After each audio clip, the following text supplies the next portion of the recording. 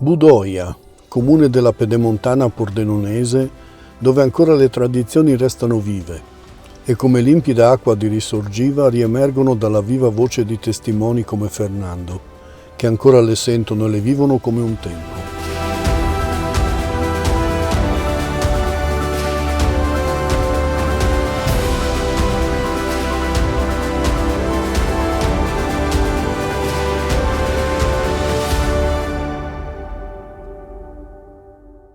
Siamo a Budoia, in questo bellissimo paesino alle pendici del Piancavallo, e siamo venuti ad intervistare una memoria storica di questo paese e anche un po' della zona, il nostro Fernando, adesso a cui chiederemo luogo e data di nascita e gli chiederemo anche tantissime altre cose della sua vita di un tempo. Fernando, grazie per essere qui. Adesso approfondiremo un po' la conoscenza e andremo un po' a scandagliare quelle che sono le nostre origini, le conoscenze di quello che era un tempo il mondo di Budoia. Presto detto, sono nato a Budoia il 28 febbraio del 1943 verso le 6 di sera. Mi hanno raccontato che la polenta è in tavola quando sono nato io a casa mia. Volevamo chiederti soprattutto le cose che ricordi della vita di un tempo.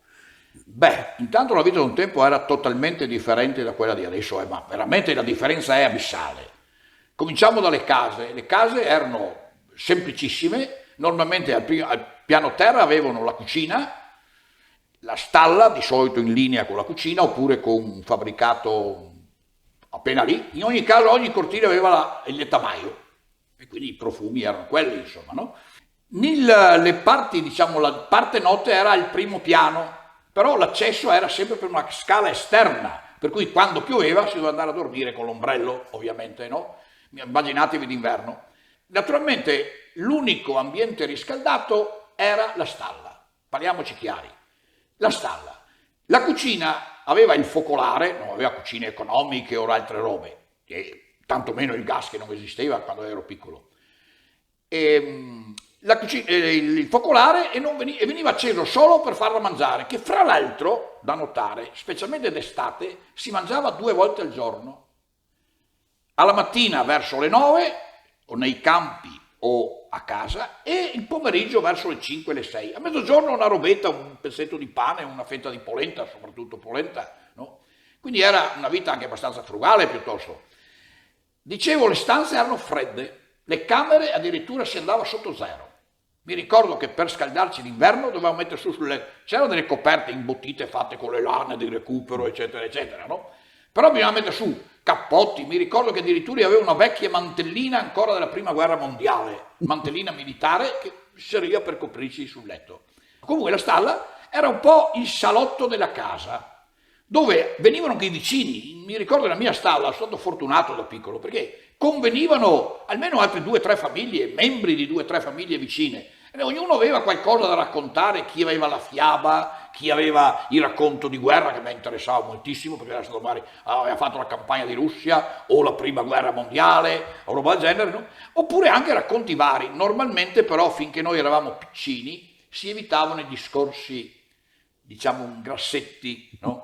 Infatti se qualcuno cominciava questi discorsi qua, dicevano in dialetto, tasi, che è l'innocenza che ascolta, no? E mi ricordo ancora che nella stalla ho visto l'ultima donna filare la lana con la canocchia, no? La roccia si dice, la canocchia, filare la lana, si vedeva proprio questa qua filava, e noi ci dovevamo tenere i fusi, no? Per questo lavoro. Più che fiabe vorrei soffermarmi su alcune tradizioni che sono sé per sé. E le tradizioni sono queste. Allora, la credenza nelle forme magico-stregonesche. Allora, si credeva molto nel fatto del malocchio. Allora, succedeva questo. Chi usciva di casa la mattina e vedeva per prima una donna, era meglio tornarsi a casa perché il lavoro andava senz'altro male, no? O veniva tempesta, o piove, eccetera, quindi torna a casa. Se poi questo succedeva il primo giorno, a Capodanno, il primo giorno dell'anno, basta, l'anno era rovinato per tutta. Dopo si credeva molto nel malocchio dato da qualche persona che veniva chiamata la strega o lo stregone. Generalmente erano streghe però, per cui il sesso femminile era guardato con molto sospetto. Quando uno si ammalava e non si decideva a guarire, si pensava che avesse ricevuto un malocchio da qualcuno. Allora cosa si faceva? Intanto si chiamava il mago, che era un uomo che si è fatto ha mantenuto tutta la sua famiglia e anche la famiglia dei nipoti, no? Col suo lavoro di mago. Venivano su addirittura da Brugnera, da Prata, da quelle parti là per consultare questo mago. Si chiamava, lui diceva, apritemi il letto di piume, che era quel materasso di piuma di pollo, no? Allora si apriva e naturalmente le piume del pollo tendono ad assumere una forma circolare dopo un po' di tempo, no? E quelle erano le ghirlande da morto. Poi c'era sempre qualche pezzetto della penna, del finale della penna, no? E quelli erano gli ossi da morti. Se poi per caso era andato dentro anche qualche pezzettino di legno, erano i pesti di cassa da morto. Basta, fatto, lui faceva gli scongiuri, fuggi, fuggi, spirito maligno, fuggi, fuggi, soffiava, fuggi, fuggi, spirito maligno, fuggi, fuggi, fuggi, no? Però bisognava fare l'esorcismo. Ebbene, si doveva andare a mezzanotte su un incrocio di strade, 4 strade, portare queste piume, no? Accendere il fuoco e bruciarle. Si diceva che la strega o lo stregone sentisse su di sé il bruciore delle fiamme, perché bruciava la roba che aveva fatto lei, no? Il malocchio. E quindi se si avvicinava a una persona, se era una femmina era la strega, se era un maschio era lo stregone, e quindi si rincorreva e doveva scappare perché se non le prendeva ovviamente, no? Se vuoi farmi un'altra domanda. Quando arrivava il temporale, cosa Ecco, facevate? bene, bene. Quando arrivava il temporale c'erano queste forme di esorcismi, eccetera, eccetera. Allora, c'era l'esorcismo privato e l'esorcismo pubblico. L'esorcismo privato era questo: si prendeva con la pala che serviva per raccogliere la cenere del focolare, naturalmente senza cenere, si metteva solo con poche di brace, no? O bore, come diciamo noi in dialetto, e si andava sulla porta di casa, sulla porta della cucina, si metteva qualche foglia o rametto di ulivo benedetto il giorno delle palme e si invocavano Pater Ave Gloria, rigorosamente in latino, perché pensavano che il Padre Eterno capisse solo il latino, invocando che, guardando le nuvole, che non venisse la grandine. E questo era l'esorcismo di casa. Mentre invece quello pubblico si suonavano le campane, il sacrestano inforcava la bicicletta e giù di corsa in campanile si faceva aiutare da qualcuno che chiamava, suonava prima la campana grande, che ha come motto fulgoro frango, rompo i fulmini, e poi il terzo, perché si credeva, e forse un po' di verità c'è, che le onde sonore rompessero le nubi, per cui non veniva la grandine. Quali sono i nomi delle 3 campane? Allora, i nomi 3 campane, allora sì, allora la piccola, la mezzana e la grande, e una è Vivos voco, chiamo i vivi, Mortuos flango, la mezzana, piango i morti, e Fulgoro frango, rompo i fulmini. E la vita, diciamo, della famiglia molto spesso aveva degli episodi particolarmente importanti. Uno di questi era sicuramente quella dell'allevamento del bacco da seta. Fino all'età di 7-8 anni anche a casa mia c'era il bacco da seta, però noi non avendo molti terreni e molti gessi ne prendevamo, mi pare, un quarto di oncia, che si vendeva a once. Dove lo I prendevate? bacchetti. Proprio qua a Santa Lucia c'era un posto dove c'era un certo Niceto Besa, il quale ci dava i bacchetti, i piccoli bachi appena nati praticamente dall'uovo, no? E noi da questi andavamo a portarli al bossolo, no? Bossolo, detta anche galetta in dialetto veneto, anche friulano mi pare, no? Sì, galetta. Piomanga, sì, siamo là. E in casa si metteva normalmente in cucina, perché dopo bisognava anche scaldare, se era freddo bisognava accendere il focolare, era una delle poche volte che si teneva caldo in cucina, per i bachi, non per noi, per i bachi. Allora, dopo si dava, all'inizio bisognava dargli la foglia triturata bene, c'era un arnese apposito fatto sempre in casa, con una vecchia falce, e si tagliava la foglia raccolta nei campi dai gessi, no? Quando crescevano un po' invece si dava la foglia intera, allora li vedevi che mangiavano. Era un spettacolo vederli mangiare la foglia del gesso, i bachi, era uno spettacolo. Mangiavano, no? Io mi divertivo a vederlo, osservavo com'erano. Dopo addirittura si mettevano anche i rametti, roba del genere. Quando cominciavano, si diceva, a salire, no? Allora si mettevano su in soffitta, ormai freddo, non c'era più il rischio che venisse freddo perché ormai la stagione era abbastanza calda, no? E in soffitta si faceva con dei rametti, dei rami, insomma, una cosa, non so, di un 70-80 centimetri, il cosiddetto, mi pare si chiamasse castello, no? E lì i bacchi dopo cominciavano, gli ultimi tempi non mangiavano assolutamente perché facevano il bossolo. Certo. Quando il bossolo era fatto, lo prendevamo, si doveva pulire di quella lanuggine, o setuggine che c'era attorno, anche là era tutta una procedura, ci divertivamo noi ragazzini a girare questo arnese, no? E si portava la galetta ed era l'unica occasione in cui si prendeva qualche soldino contante, era quella e la vendita del vitello o dei vitelli, secondo se la famiglia aveva una o due o tre vacche, è abbastanza raro che ne avevano 3 o 4, di solito era una, 2 le vacche in casa. Tipico di Budoia era il mus, che adesso diventa cow mus, ma noi chiamiamo solo mus. E il mus non era altro che la panna del latte, no? Che come si faceva la panna del latte? Si metteva il latte in un catino, molto largo, una superficie larga, si lasciava là la notte e la mattina si raccoglieva col cucchiaio la panna che veniva sopra, no? E con quella si metteva in un pentolino e si aggiungeva, se c'era, una fetta di salame, no? Quindi salame col mus, no? Che adesso diventa salame col cow mus, oppure anche il formaggio, che quello ce n'era sempre, non dico in abbondanza, ma ce n'era a sufficienza nelle case il formaggio. E quello era il mangiare tipico, specialmente invernale, ovviamente con una bella dose di polenta, perché una volta con un pezzettino di formaggio di 20 grammi mangiavano mezza polenta, per dire, no? Vogliamo affrontare 2 altri argomenti che sono totalmente Va bene, diversi. come vuoi tu, per me è differente. Uno un po' più simpatico che poteva essere, allora intanto la casa era tutta costruita come ce l'hai descritta, però non ci hai ancora descritto com'era il gabinetto. Poi però, poi ti chiederei anche una cosa un po' meno allegra, che poteva essere il momento della morte, quando moriva qualcuno, e se questa morte era annunciata anche, tipo dalla civetta, da qualcuno. Ti dico tutto, io so tutto perché io l'ho vissute queste robe qua, Beh, certo. Le ho vissute, non sono morte, sono ancora vivo, ma le ho vissute. Allora, per quanto riguarda i cosiddetti servizi igienici, da noi si chiamava il condotto. Condotto, il gabinetto era il condotto. Normalmente era intanto attaccato al letamaio e nei casi più, diciamo, più poveretti era fatto di canne, di canne con una copertura di paglia, no? E quello aveva una specie di porta sempre fatta di canne che si chiudeva e uno andava lì e faceva i suoi. Quando uno era un po' più benestante lo faceva di tavole di recupero naturalmente, no? Di tavole, bello, con il suo tetto magari con la lamiera, qualcosa del genere, e questo era il comodo. Naturalmente allora c'era quello comodo dove ci si poteva sedere, no? E quello era il più comodo, diciamo nelle famiglie leggermente benestanti, no? Erano delle tavole con un buco in mezzo, uno si sedeva là e vai. Invece quello più, diciamo, popolare, di battaglia, erano 2 tavole messi così, uno si accucciava, mi diceva, ah sì, in caso di morte, ecco, allora intanto. La morte, se avveniva morte improvvisa, era considerata una disgrazia, perché chiaramente il prete diceva che se non era in grazia di Dio, andava giù fondo dell'inferno.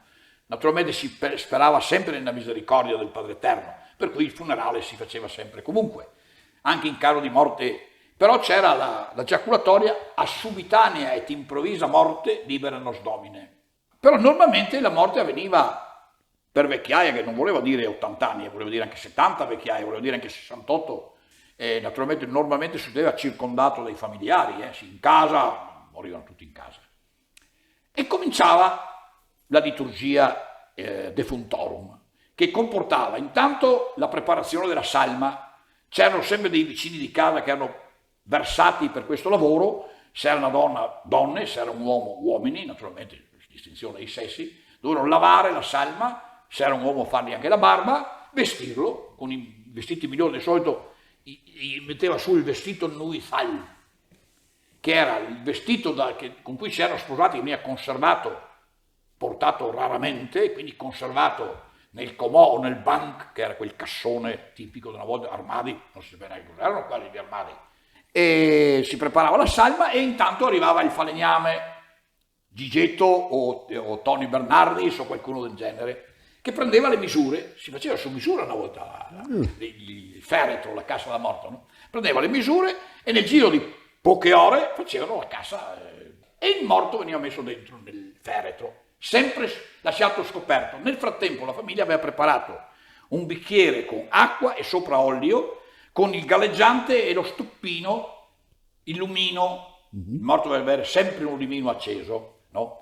E in fianco un bicchiere con dentro l'acqua santa, benedetta il giorno il sabato santo, no? Con un rametto di ulivo.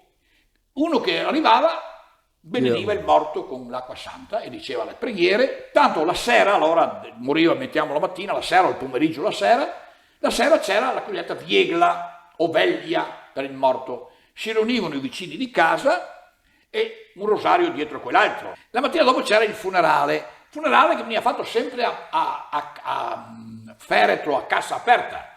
Arrivava il prete e mi ricordo che benediva la salma e diceva esultabum domino ossa umiliata, esulteranno il Signore le ossa umiliate.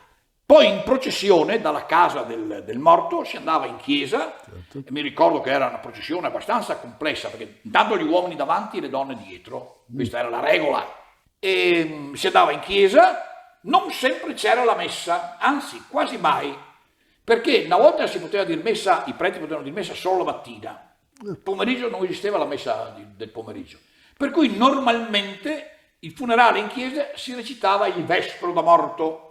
Finita la cerimonia in chiesa, con tanto di aspersione, di incensazione, avanti, canto, normalmente si usciva dalla chiesa e si andava in cimitero, ultima parte. Intanto dalla chiesa al cimitero si cantava il Benedictus Dominus Deus Israel, cantico di Zaccaria. In cimitero c'era prima la benedizione della fossa, poi la benedizione di nuovo della cassa, del feretro, insomma, no? E poi finalmente con due corde, i becchini aiutati da qualcuno mettevano nella fossa il morto e cominciavano loro. Praticamente il prete andava via quando quasi avevano finito di coprire la cosa, recitando preghiere ovviamente.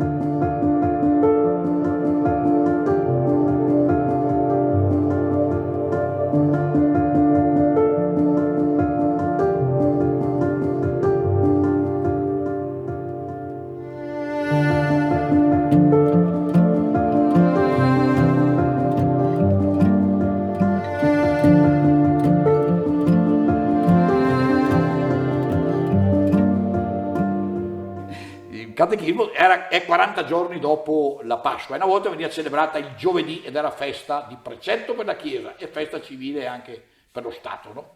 Quindi l'ascensione, la sensa in dialetto. La sensa aveva queste tradizioni, cioè si doveva mangiare la lingua del maiale che normalmente viene ammazzato in dicembre-gennaio, quindi si metteva in un budello con della carne di cotechino, no? Di musetto, e là c'era sta lingua. E si doveva mangiare il giorno della sensa, quindi bollita, magari anche con i fagioli, meglio ancora, no? Se uno si dimenticava di mangiare la lingua, la credenza era che diventava demente. Prima di morire diventava demente. E si usava l'espressione eldeva alla sensa. E questa era una tradizione. La seconda tradizione era che non si poteva entrare nell'orto, perché l'orto se no veniva invaso dal grillo talpa. E naturalmente c'era qualche donna che si dimenticava e naturalmente poi se ne sentiva dal marito. Diciamo che sicuramente la vita della campagna o che comunque quella in cui si usciva un po' di casa, magari anche da giovani, da piccoli, ma poi anche con gli anziani, comportava anche ogni tanto qualche visione, qualche cosa di strano che si vedeva. Allora succedeva che la gente vedesse o i morti che tornavano in qua. A proposito dei morti che tornavano in qua, un'altra tradizione era quella che la sera del 1° novembre era meglio non uscire di casa, se non per necessità, non so, la levatrice o chiamare il medico o il prete, no? Perché rischiavi di incontrare la processione dei defunti. Te l'avrei chiesto. La processione dei defunti che era guidata dall'ultimo morto o morta, questa volta non si faceva differenza fra uomo e donna, la quale o il quale aveva il compito di portare quel famoso feralon, il fanale grande che veniva usato nei funerali, no? E ogni morto andava a casa sua e la tradizione voleva che si lasciassero i secchi d'acqua, perché una volta non c'era l'acqua in casa, era la fontana pubblica fuori, no? Si lasciassero i secchi d'acqua perché i morti arrivando, se avevano sete, potessero bere, guai dimenticarsi quella roba là. Mi interessava anche sapere se si vedevano folletti, gnomi in certi giornate, in Beh, certe quelli, notti. allora veniamo al discorso anguane o fate. Magari. Oh, là. Allora a un certo punto mi raccontavano, sempre i miei vecchi, che quando le donne andavano a lavare a fontana, dove c'è una sorgente, poi c'erano degli... Quando ero giovane io era già acquitrini, ma dimensioni anche ridotte. Invece prima erano due vasche. Dalla sorgente l'acqua veniva presa dalla sorgente anche per uso umano, ma bestiame uso umano. Invece le due vasche, l'acqua dopo veniva convogliata in queste due vasche, venivano usate per lavare i panni le donne. Portavano questa roba qua prima e dopo andavano a risciacquare i panni, no? E mi dicevano che alzando gli occhi vedevano sulle colline, che quella volta non erano con tanto bosco come adesso, erano quasi tutte brulle, con pirato, insomma, no? Vedevano le fate. Allora da noi venivano chiamate fate. Qua a Santa Lucia già ancora usavano il termine anguane. Vedevano ste fate che anche loro stendevano i panni ed erano anche quelli piccoli, i bambini, ste fate, no? E raccontavano queste robe qua. E le anguane invece, nella tradizione che ho sentito, però non ho seguito molto, ma ho sentito, ora erano buone, ora erano cattive, secondo come si diceva. Allora, il bus delle anguane è il classico inghiottitoio carsico, dolina inghiottitoio, no? Carsico nelle colline qua, non so, 10 minuti da qua neanche, no? Dove si diceva abitassero le anguane, perché adesso è un po' ostruito perché è franato, eccetera, ma che una volta si apriva un passaggio dove entravi, c'era una grotta, insomma, no? Sempre una cosa, e si diceva che le anguane abitassero là e fossero ora buone, ora cattive. Alcuni dicevano addirittura che avevano le zampe da animale, no? Certi altri invece dicevano di no, però nella mia famiglia e nelle famiglie intorno alla mia invece di anguane le chiamavano le fate. Allora il mio prosio, sì, quello che faceva 2 sborni al giorno per un periodo e poi astinenza completa, aveva appena mangiato la sera, no? E si era seduto davanti al cason. Il cason era una capanna fatta di solito di frasche. A un certo punto vede alzarsi in mezzo alla prateria 2 fiammone alte, no? Che a un certo punto cominciano a combattere fra di loro queste 2 fiamme, no? A un certo punto una delle 2 però riesce a soffocare l'altra e tirarla giù. A un certo punto la mattina dopo sta falciando presto, no? E capita su uno di Aviano, perché la roba era in comune di Aviano, no? Uno di Aviano fa: «Ehi la Piero, hai sentito chi è morto? Hai sentito chi è morto? Alle morte Strosin». Strozzino, no? Che strozzino è? Ma non va in paradiso che no? Allora il mio prosio ha subito spiegato la cosa. Ecco, le 2 fiamme erano l'anima e il diavolo. Il diavolo a un certo punto l'ha portato giù nell'inferno lo strozzino. Spiegazione. Abbiamo finito? No, adesso concludiamo con una bella frase in budoiese. Si recitava la sera. Era una mezza preghiera filastrocca. Vado in letto col mio angelo perfetto, con me buon Signore Dio, e il Signore alle me pare, la Madonna alle me mare. Avrò sti 3 fratelli, vado in letto 3 parenti, vado in letto allegramente, me pogni un chi, me pogni un lì, non sai se rivedi. Rivà non rivà, 3 cose sante voi raccomandà, confessione, comunione e olio dei santi. No, ti volevamo ringraziare perché è stata una giornata molto espressiva da parte tua e anche molto frizzante, quindi molto interessante. Abbiamo imparato cose di Budoia che sicuramente non sapevamo, quindi grazie molte e magari ci rivedremo ancora. A disposizione, come dicono da una certa parte.